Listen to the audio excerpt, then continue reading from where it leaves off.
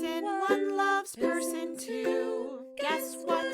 Shenanigans ensue. Person one hates person two. Guess what? Still shenanigans ensue. Person one fake dates person two. Guess what? You guessed it. Shenanigans ensue. Co-host one reports a co-host two. What's the name of the show? Shenanigans ensue. Yeah.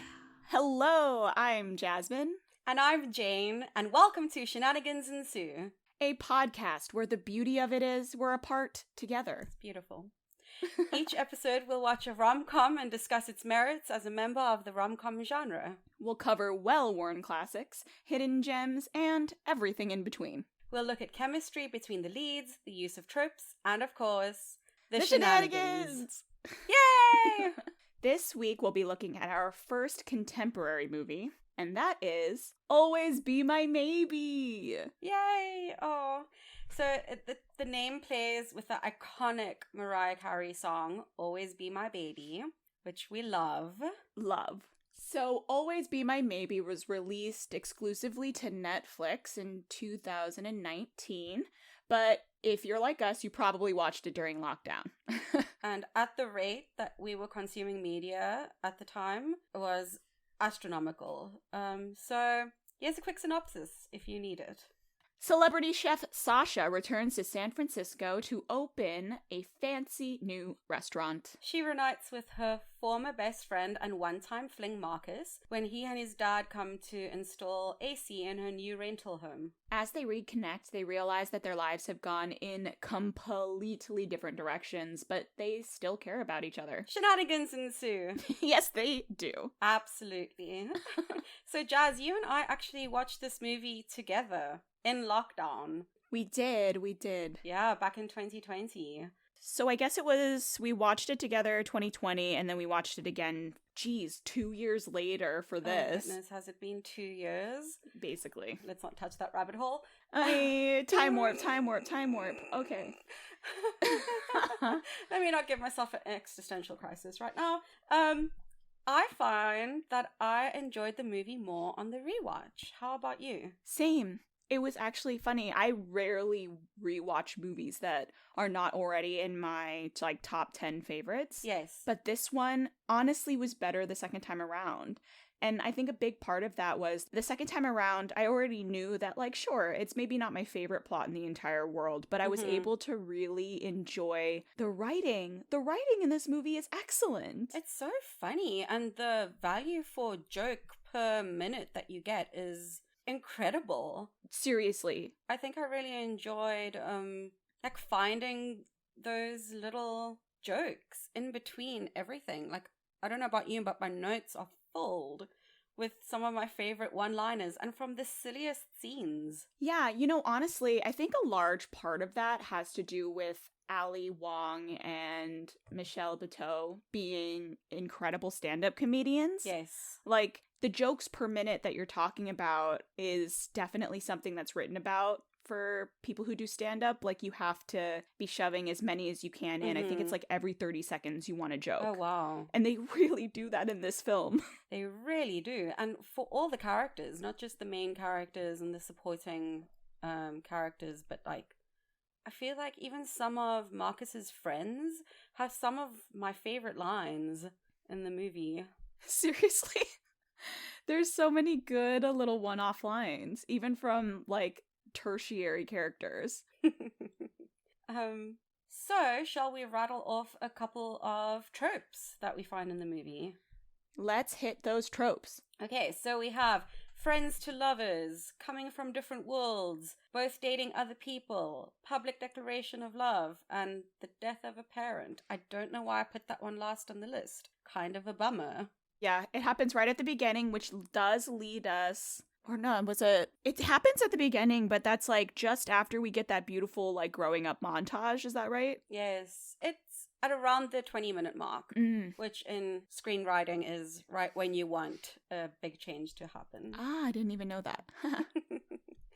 I think, don't quote me on this. I love that. From what I can remember from the little bit of screenwriting that I've done, which is not a lot.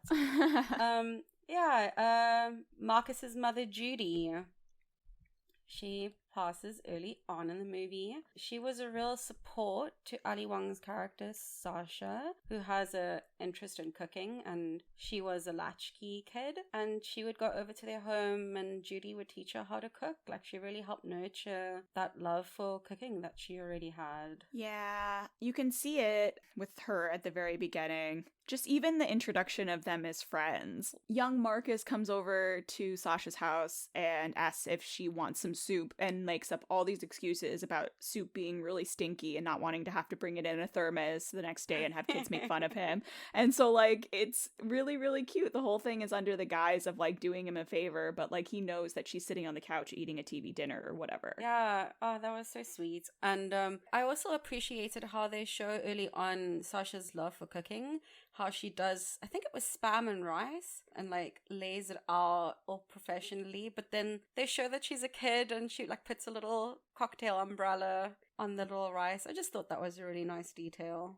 That is so cute. And then of course we have at the end where Sasha's big romantic gesture to Marcus is opening a restaurant honoring his mother. I thought that was really beautiful. Yeah, it really is a full journey in the story. Yes. It's so funny. I wonder why it hits all of the marks. Maybe it's just so classic that I don't know that the plot necessarily stands out, but yeah, like everything about it is really expertly executed though. Yes, I understand what you're saying. Like sometimes the trope of death of a parent feels very incidental to the plot, like it's just as a device, but Judy feels like a full person, even though we don't have that much time with her on screen, but it just feels like, as you said, so little time with her. Yeah, it comes full circle. And you really do feel the impact of her loss. Yes, exactly.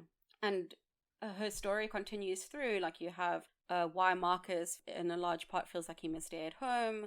You have the dad moving on, you know, how it's affected the family, how it's affected Sasha, and kind of also why, not exactly why, but the circumstances surrounding the death of Judy support the break in their friendship. It really does. So yeah, I think it's a well-executed trope. So we're gonna go into spoilers, I guess, at this point, but basically, you know, since we're on long the subject gone spoilers. Spoilers are long gone. It's late. Well, you know, the death happens at the very beginning, so I feel like that doesn't necessarily count. I don't know. That's just me. I mentioned some stuff that happens at the end as well. Oh, yeah. So never mind. Spoilers been done. I don't know why you're here. Just kidding. So speaking of their friendship kind of drifting apart, it's interesting because ultimately, you know, maybe making the first move on this guy you've had a crush on all this time, like, is best left for not the day of her wake. So much secondhand embarrassment. Like, I actually feel warm. Just yeah, ultimately it's like it was something they both wanted to happen, and so this was a moment that spurred it into action, but the timing could have been better. Just a little better, just a touch better, maybe. Yeah, it's an unfortunate bit of timing. I feel like had the timing not been so abysmal, none of this movie would have happened. They would have just been together. Yeah, and then the plot wouldn't have happened. So, you know, we go with it. Exactly. And I love that this is established at the beginning, and I almost want to watch it again so that I can see if there's more. But, you know, Sasha has a real thing for awkwardness in cars. Ooh, does she ever? I think cars for both of them generally is just a thing. Yeah. The awkwardness of their first time in that car, how terrible the space is. Also, can we just give a quick shout out to realistic car sex? How funny that was. Like, it's not great for people. This is a tight space. And it's addressed. And it is, in a very good way. And it's an 18-year-old boy's car that we also in. Oh my gosh. So she asks why it smells like Parmesan, and he says, 'cause it's Parmesan, in the glove box. And I was just like, that's truly disgusting and also very accurate. He's driving around with a piece of Parmesan in their car. With warm Parmesan in his car, Jane. Oh, that That cannot be good. No. Anyway, back to the car thing. After the amazing Keanu Reeves sequence, which we will talk about in great detail, and he calls them a Uber pool, which also excellent reveal. The two of them make out in the car. They start making out in the car again, and it's messy again because Marcus is but Marcus still has like Jenny's lipstick on him. They both are drunk. It's been from a the Truth weird and night. Dare. Yes. So cars is a thing for them. Oh, yeah. And like they establish that her relationship at the beginning of the movie to her publicist, basically, that their relationship is terrible because of additional awkwardness in the car. Exactly. They don't talk to each other in the car at all. They're not even like sitting close to each other in the car. There's no chemistry in the car. Nope. So it's a lot of car things happening in cars, conversations happening in cars, awkwardness in cars, her reminiscing over the sex they had in the back of the car while they're in the front seat of the car 15 years later. Can we also just talk about like how he calls her out for it, and that kind of makes it even more awkward? It's a beautiful thing. She looks into the back seat. He's like, no, I know exactly what you're doing. You're looking back there because we had sex in the back seat of this car. No, it wasn't. The same car. Same car from when it happened too. He still has this old junker. Goodness, and is it ever? Oh yeah. What trope are we even talking about now? I've completely lost. I don't know. We're just enjoying this damn movie.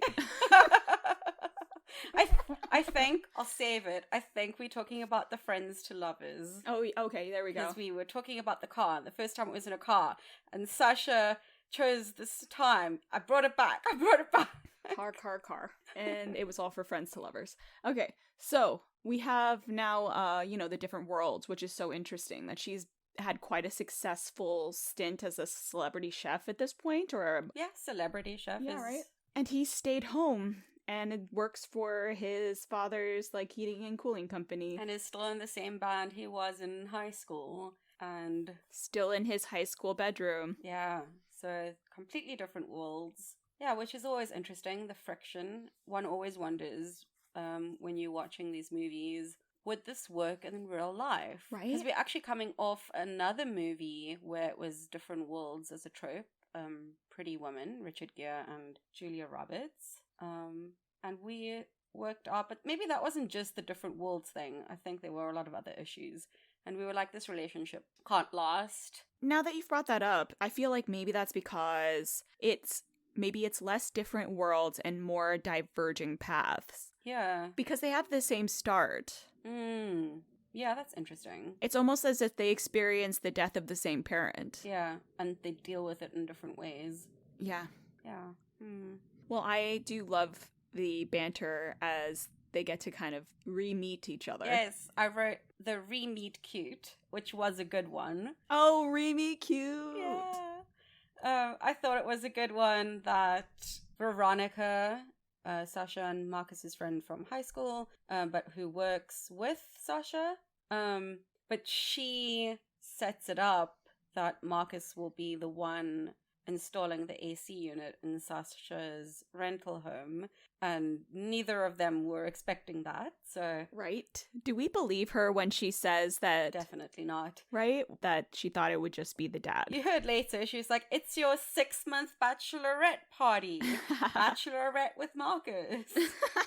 She for sure knew that he was going to be there. Love it. I guess, like, even more so, like, this different world stuff, I do kind of love and understand the idea that, she had such a tense and strained relationship with her parents, and so obviously the natural choice is for her to run as far away from that town and not want to look back. To have, her place in New York that she's opening, to have the place in LA that she opened, to be anywhere but San Francisco where she grew up. Whereas I love the familial relationship that Randall has with his whole family. Like, his relationship with his mother was obviously very, very strong, and he continues to have like a beautiful relationship with his dad. He like still lives with his dad. He's still in the same room. His dad catches him having a solo dance party in front of the mirror and then joins him. I know, that was so sweet.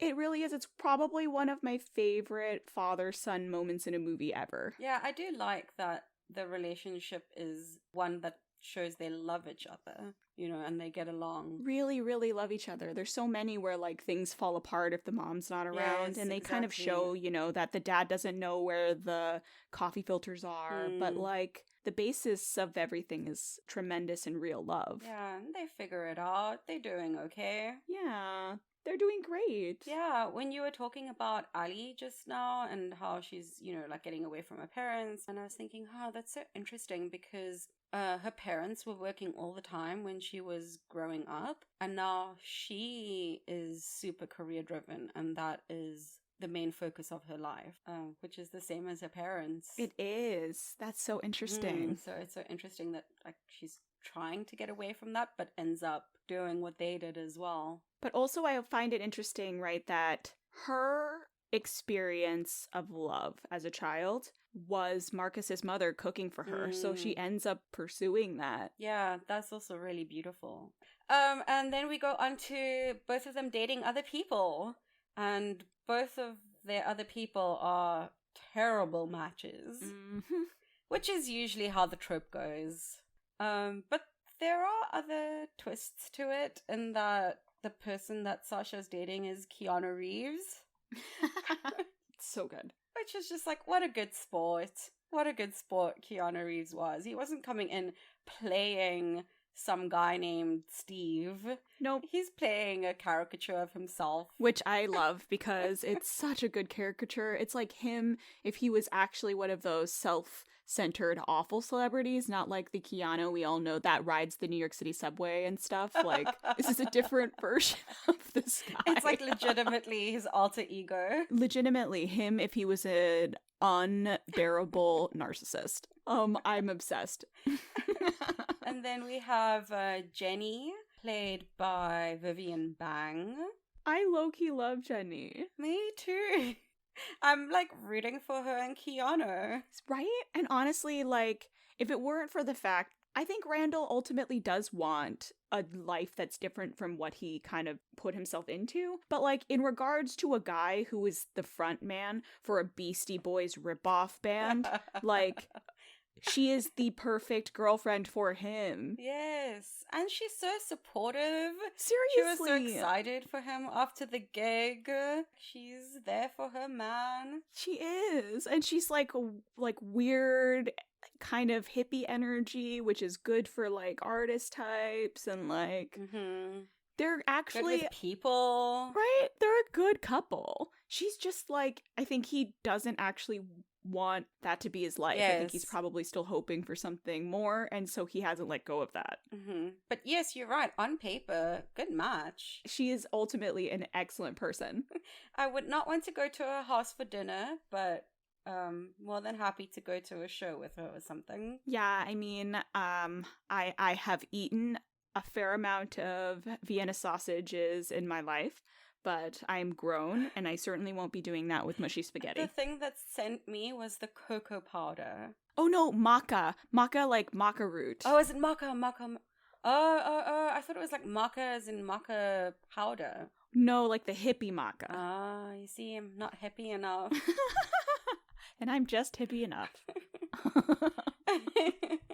But that's still really gross. Like, it's a very strong flavor. Yeah, no, give that a miss. And then we have the public declaration of love. Oh my gosh, and isn't it ever?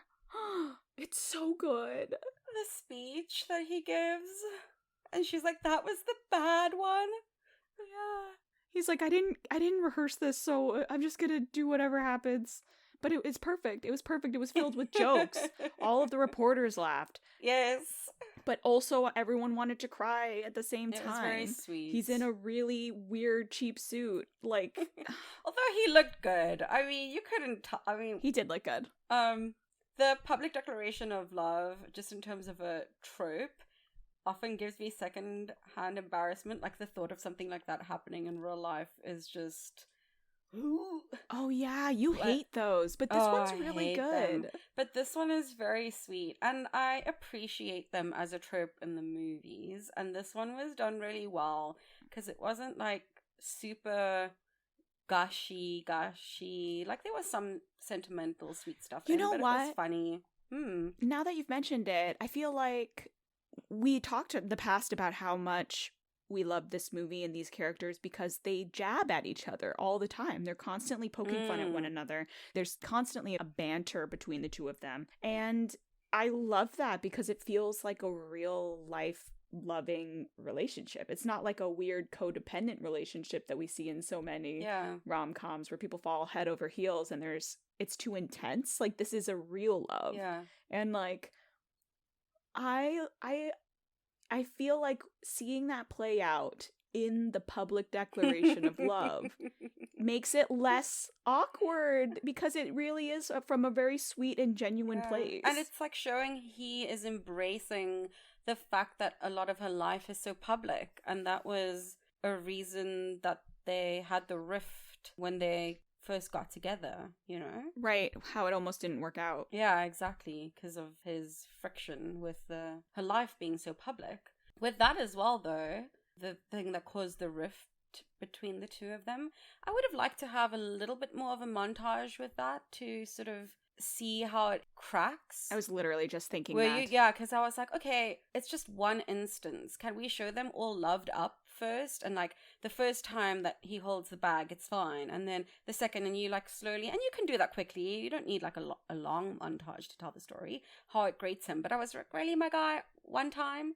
Like, we need to see it a little bit more. And it would have been interesting to see her with the band as well. The first time, so excited, so proud. And then it slowly goes down with playing in the same place all the time, the same song, you know. I think the break between them would have felt more deserved if we got to see that. Yeah, I do agree. I guess because the timeline is so truncated, given that she only is there for like the restaurant for a minute and she's got to go open the new one. So maybe there just isn't enough opportunities. Maybe it could have been multiple times in the same party. Yeah, maybe. Or they could have just been like, okay, we're putting her there for 6 months.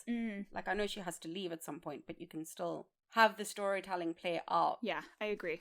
Okay, that does it for the tropes. Let's go on to some of the shenanigans. Shenanigans! Oh my gosh. Full of it. Yeah, like, I guess if we want to start at the very beginning, the montage of these kids running around San Francisco being crazy and doing whatever they want, which I love. It was such a sweet little shenanigans sequence. I think especially, like, coming from South Africa, you wouldn't let little kids go off on their own on public transport. So for me to see that already was just like, shenanigans. Yeah, I mean, even from when I was a kid, I don't know how old they were in that first little montage, but like I wasn't allowed to run around like that until I was like in middle school, like solidly in middle school. And so they look like maybe they're about that age. But even something like that is something that people don't let kids do anymore. So we can figure it out. So the opening sequence is in 1996, and then it jumps to 2003 where... So he's 18 in 2003. 15, 14, 13, 12, 11. So the first one is 11. Okay, I was going to say 2 because, like, so if the very, very first one is 11, that's fine. Yeah.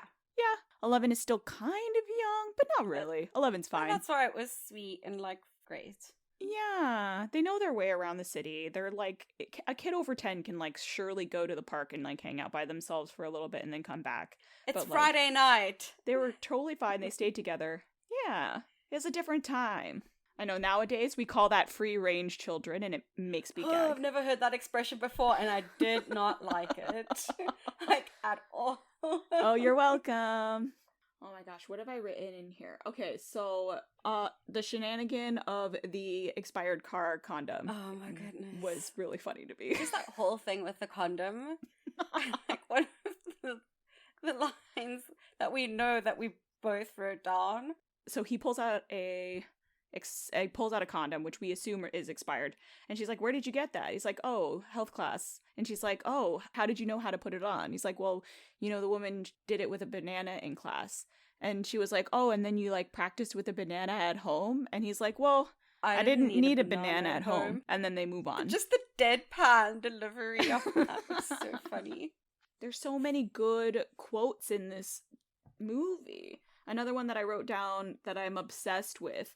What is the character? So Veronica is pregnant and I'm sure feeling some kind of way about it. And they're doing a walkthrough of the restaurant, and anyway, some sort of reason Veronica pulls something out from between her legs. I think like a water bottle. So she pulls the water bottle out from between her legs and offers it over to Sasha. And Sasha's like, the water from your thigh gap? No, thank you. And Veronica immediately is like, well, thank you for calling it a gap. And her delivery is excellent. Yeah, it's great. Just so many funny 1-2s all over the place. One of my favorite things is in the restaurants she's setting up in San Francisco, where there's just this whole bit about Gubi chairs. Oh, the Gubi chairs. Gubi chair this, Gubi chair that. It's like Gubi. And it got to the point where I had to like actually Google what a Gubi chair is. Oh yeah, for everyone listening, we both immediately Googled it while watching. We need to solve this problem. I needed to know. And the answer to the question is, it is a chair that doesn't have a hole where your butt and lumbar is. It is a chair that cups your derriere, cushions it in its entirety. And you know what? We will post a picture on Instagram stories so that we don't need to continue trying to describe something you could look at. To describe the damn chair. Long story short, it's a crumb trap. I don't know why you would put it in a restaurant. It's to show you fancy, Jasmine.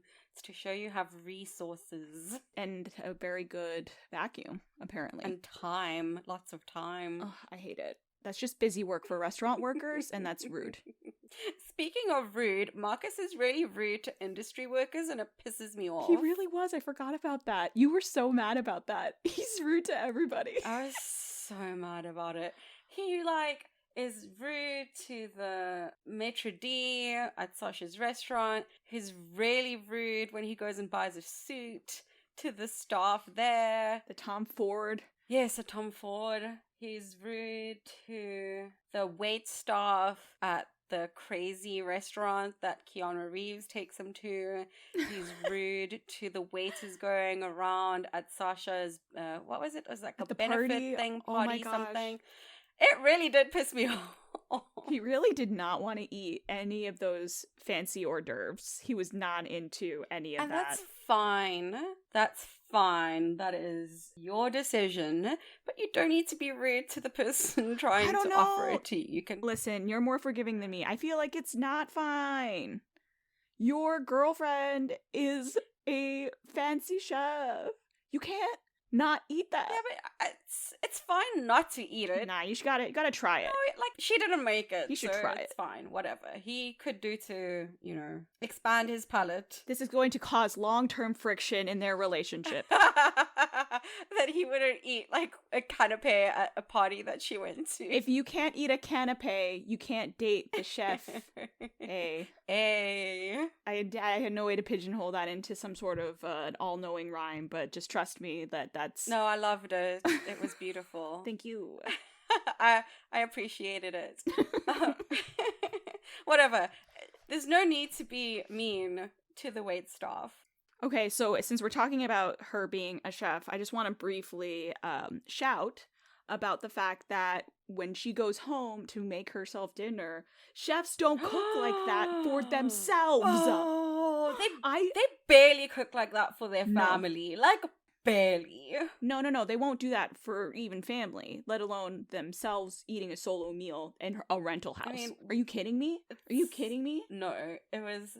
No. She comes home and makes an elaborate soup, but which absolutely the trimmings not. And the what? Anyone who has known a chef, the chefs I know, they want a peanut butter sandwich. That's what they want when they're cooking for themselves. Yeah, chefs who just spent an entire day working in the restaurant and putting together everything and making sure it's ready for opening. That chef goes home and warms up a Hot Pocket and maybe pairs it by opening up a bottle of Riesling. Yeah, because she chose the ham and cheese, and so she's pairing the Riesling with the pork in the ham and cheese Hot Pocket. That's what a chef is going to do. Yeah, that was crazy. I'm not making an elaborate soup. There's no way that's happening, especially for yourself on your own. Yeah, so we just wanted to make sure. I mean, chefs, maybe we're wrong. No, we're not. Let us know. If what you like is to eat well, you can't marry a chef. That's a joke. Anyway, that really sent us down a bit of a spiral. We have strong feelings about things. We will suspend our disbelief Too for a lot of elaborate. stuff, but then there's some little things that just like get to us. Another one, for example, things that I couldn't suspend disbelief on. I am half Asian. I cook with a lot of oyster sauce. I tell everybody substitute oyster sauce for fish sauce in everything. Obsessed with oyster sauce. And when she's in the fridge crying after her breakup at the very beginning, a guy walks in and asks, "Hey, can you pass me the oyster sauce?" And she passes him a tub of something orange. That looks like some sort of sriracha aioli. That is not And it's oyster like, come sauce. on, guys, we know you consulted chefs for this movie. You had to. Like, come on, props department. And I know it is ultimately inconsequential, but I know oyster sauce doesn't look like that. Yeah. Maybe, what is it? She cooks Vietnamese food. Maybe perhaps it's a different version in other places. I just insist that that was an oyster sauce, and it irritated me. You were irate. It was. I typed it into the chat when we were watching. I was busy writing a note, so I missed that, and I looked up to the chat, and Jasmine's like full in caps. All That's caps. not oyster sauce. Very mad. It's my single favorite sauce for cooking. It is the umami that you've always wanted. And so I felt personally attacked. How dare they not give it the representation it needs? Thank you. You get it. I get it. Okay, so one of my favorite shenanigans in this movie was the scene in the ridiculous restaurant that they went to. Oh my They gosh. must have had so much fun writing that scene. Is it Keanu time? Oh, best believe. I cannot believe Keanu Reeves agreed to do this awesome thing. If you don't like Keanu Reeves, I suggest you skip the next 5 minutes ahead. If 'cause you it's don't gonna like be- Keanu Reeves, I suggest you fix your mindset. Who doesn't like Keanu?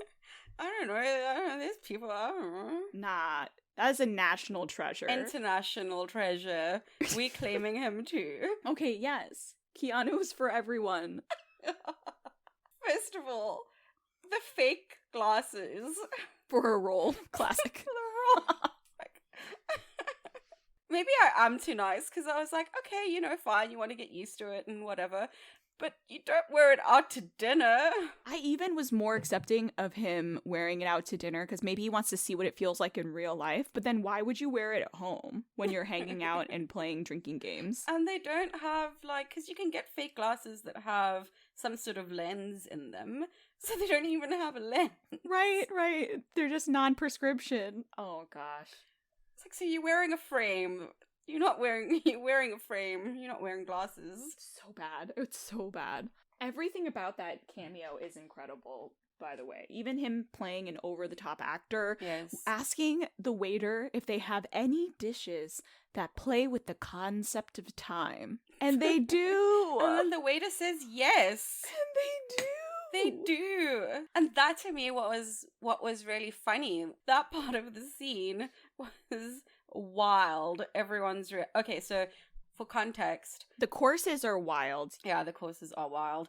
The dish that plays with the concept of time is you eating venison, but you have headphones on and you're listening to it. You were just listening to the sound of the actual deer you're eating, of a little deer in the woods, and everyone is having their experience of that course, and they go around the table and you get to see everyone's reactions, and that was also just beautiful. Which was great. Keanu is not handling it great. But then he goes on and eats it after he's had his whole breakdown. He's like, all right, back to my food. Well, I like that. I like the appreciation for whence it came. Whereas, Jenny was just not, I don't think she ate any more of it. I think she had one bite and she couldn't do it. And Sasha just didn't care, which is probably the closest to me. That's probably where I was like, yeah, yum. You're just like, I'm just going for it. I said, I'm probably closest to Marcus' reaction, which is just staring at the food. I would be too traumatized to eat it. And oh my gosh. What was some of the other dishes? Do you remember? There was the monochromatic black horse. Yes, the black horse, which just looks like goop. It's just goop.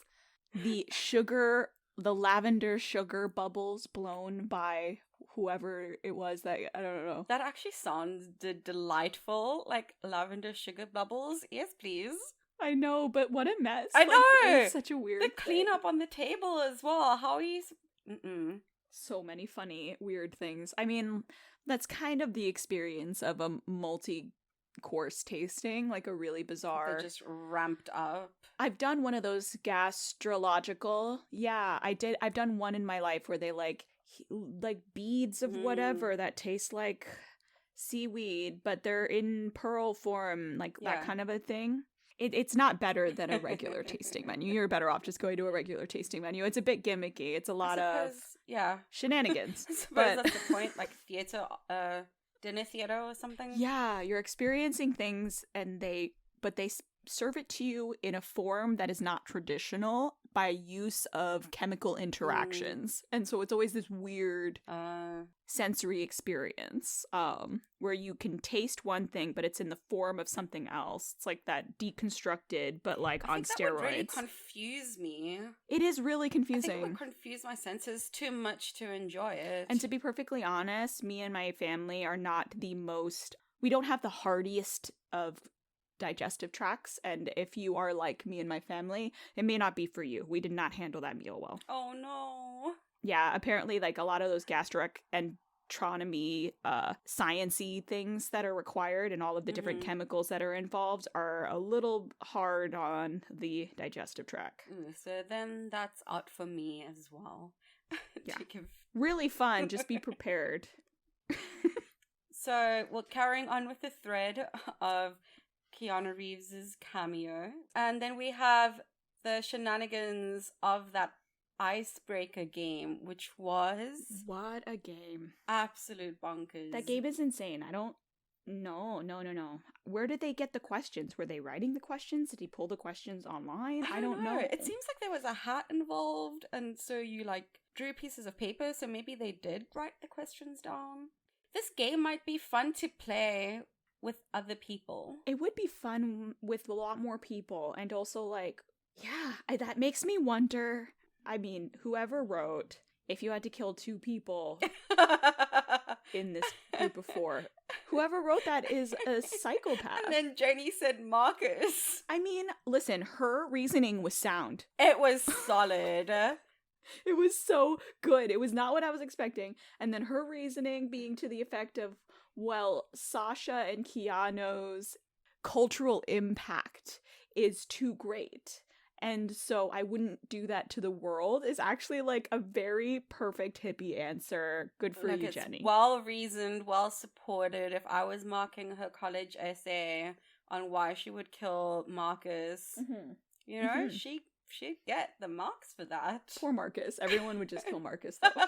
For different reasons. I feel like Janie's was the best. Sasha needed to speak up, though, because, like, everyone was gunning for Marcus, and Sasha obviously would have picked Jenny. Yes. But, like, she didn't say anything. Oh, you're right. We didn't see her response to that question. She just let it float, and then a fight happens.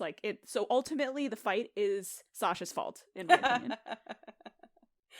So the escalation of that was... I mean, they were obviously drunk as well, but the escalation was just insane. Yeah. When Marcus is like, okay, Keanu, like, smash that vase on your head. Yeah, but I've never been drunk enough to say, that vase, no problem. And I am a huge fan of the subsequent song that is written about this moment. Oh, my word.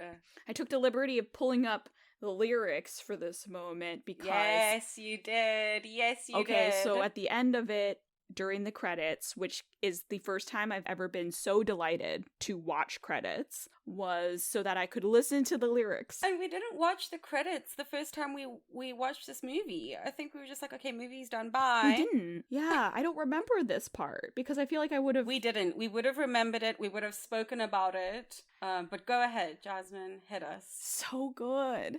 His band writes a song, I Punched Keanu Reeves.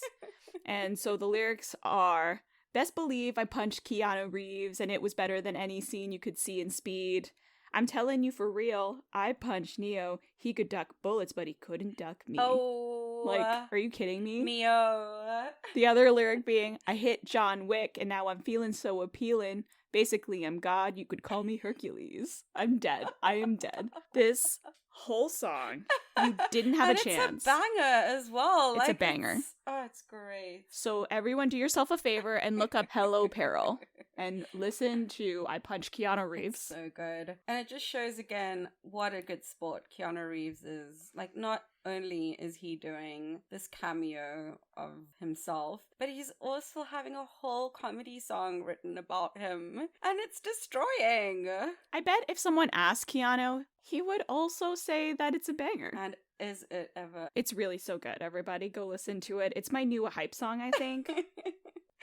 It's so great. The comedy songs in general in the movie are really good. I don't know. Oh my gosh, the tennis ball song. Yes, the tennis ball song is so much fun. I don't think we've really had a appreciation for the songs in our first watch of the movie. And I don't know if it's because I've just finished a watch of Crazy Ex-Girlfriend that I'm like really tuned into comedy songs at the moment. Oh, I was like really appreciating the songs in the movie. Really, really good. And like even the song, so he's like on stage, is like, hey everybody, who likes tennis? And everyone's silent.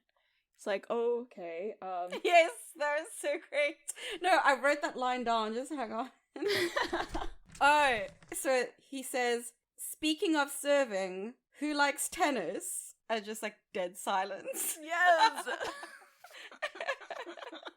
Yes. And to have him write an entire song, like it's a song about getting knocked the fuck down and somehow getting your life together anyway. You bounce back. Yeah, I bounce back. Yes, and what's so great about it is like it's kind of poignant, but comes up from pure shenanigans. We're back at a shenanigan because one of the band members, they tried to like get up their sales on merch, and he just like prints the band's name on a whole bunch of tennis balls. And Marcus is like, what does tennis have to do with the band? I forgot that. I missed that part. He's like, well, now I'm gonna write a song about tennis balls. And he wrote a real good song about tennis balls. It's a great song about tennis balls. He made it relevant.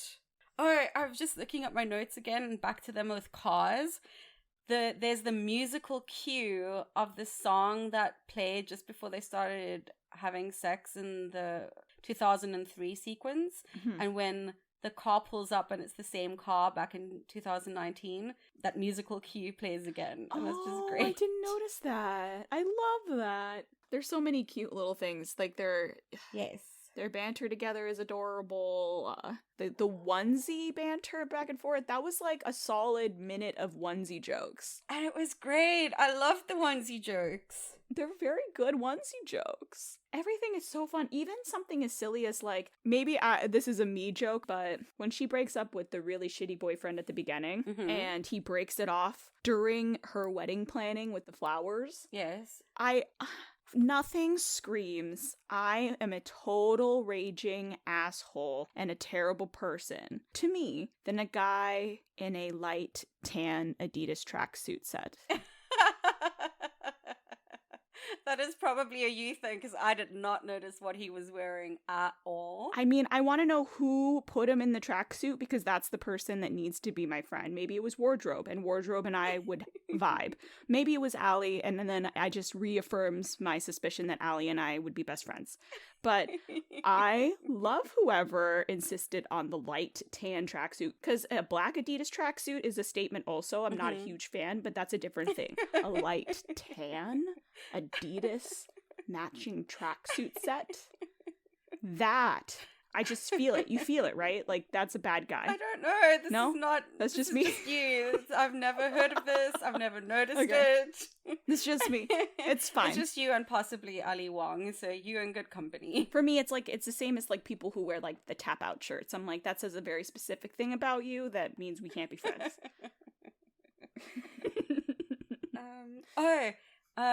I think this might be my last shenanigan, but I like how they're bold with the awkwardness of their physical intimacy. Ugh. Yeah. When they first see each other, they're just like both kind of standing there. They're not doing anything. And then I think it's is it her cousin's kid's birthday? Some kid's birthday. Yeah, I think it's a cousin. Yeah, that they have like the most awkward hug ever. So bad. So bad. And like they slowly throughout the movie, they play with the fact that they've been out of touch for so many years in terms of building their physical intimacy. And then they skip a good hug and they go right into making out in the car. Yes, I didn't even realize that.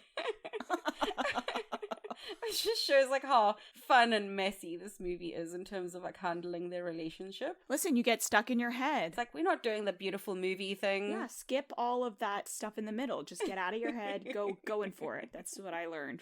And deal with the consequences after. Yeah. So I have one more shenanigan. Hit me. My final shenanigan is that, okay, so I am half Asian, and so I would be remiss in not mentioning the part towards the end. Sasha's parents prove their love and how sorry they are for not being present in her youth by paying full price in her restaurant. This was so sweet. I don't know why it's such a thing, but my mother is the Asian side, and growing up, we did go to a lot of restaurants and eat out fairly often, but we didn't eat out ever unless she had a coupon. I think the only time we ever ate out without a coupon was like dim sum. That was the one thing that got a pass. Was like dim sum after church. Dim sum I will pay full price we for. pay full price.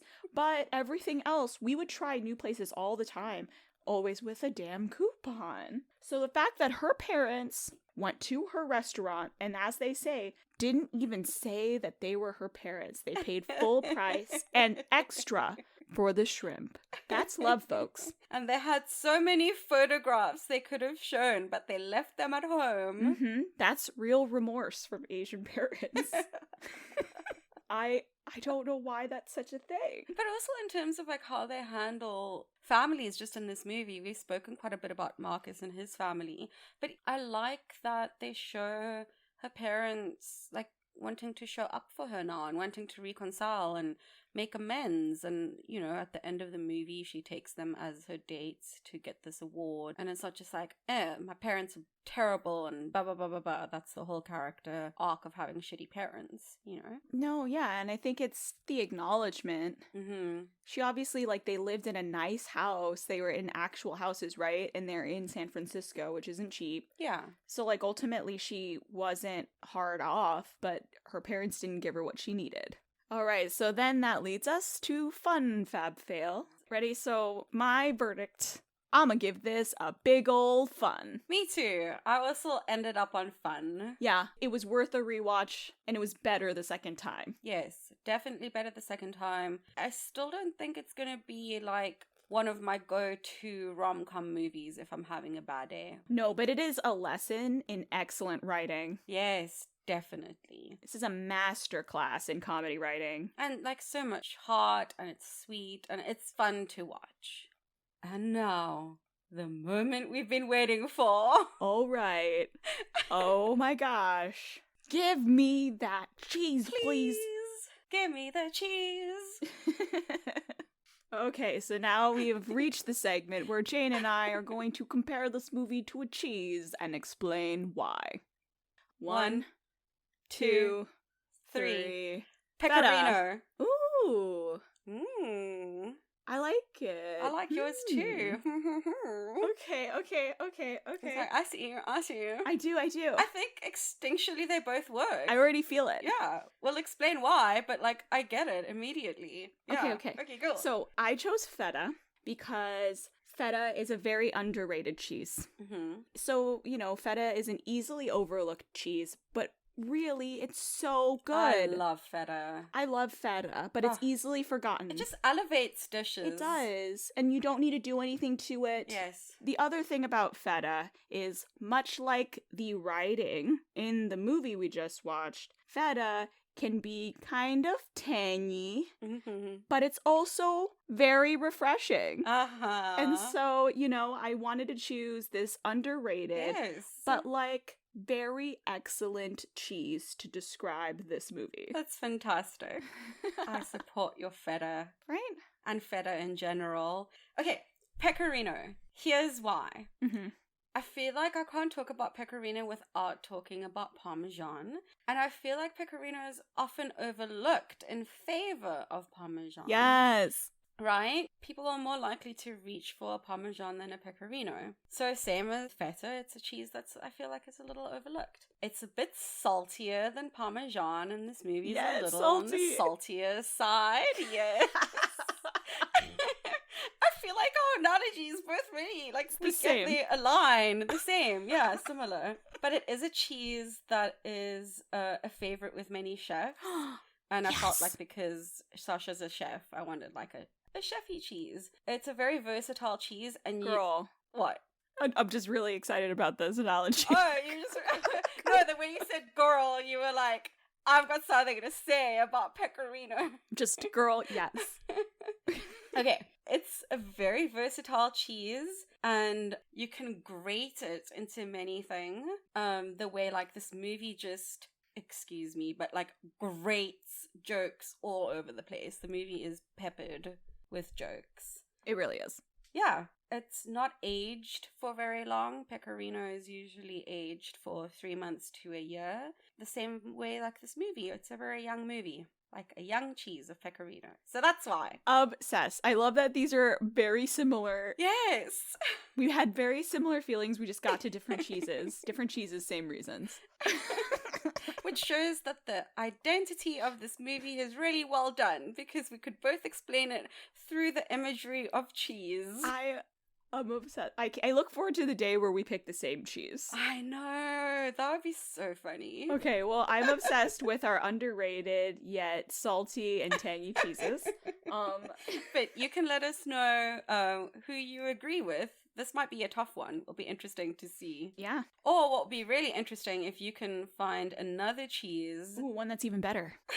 Obsessed. This was so fun. That was my favorite one so far, I think. I think so Yes. too. I think we both got to the same place and it was so delightful. Yes.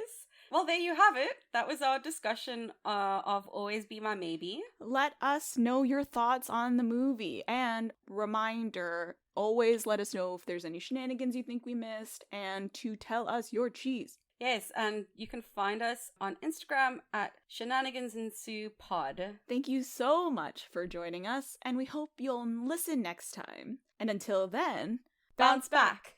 Like a tennis ball. Bounce back. Like a basketball. Bounce back. Like a soccer ball. or really any kind of ball except a football. Bye. Bye! And I keep wanting to say rugby ball. Same thing. When it goes, but like it's football.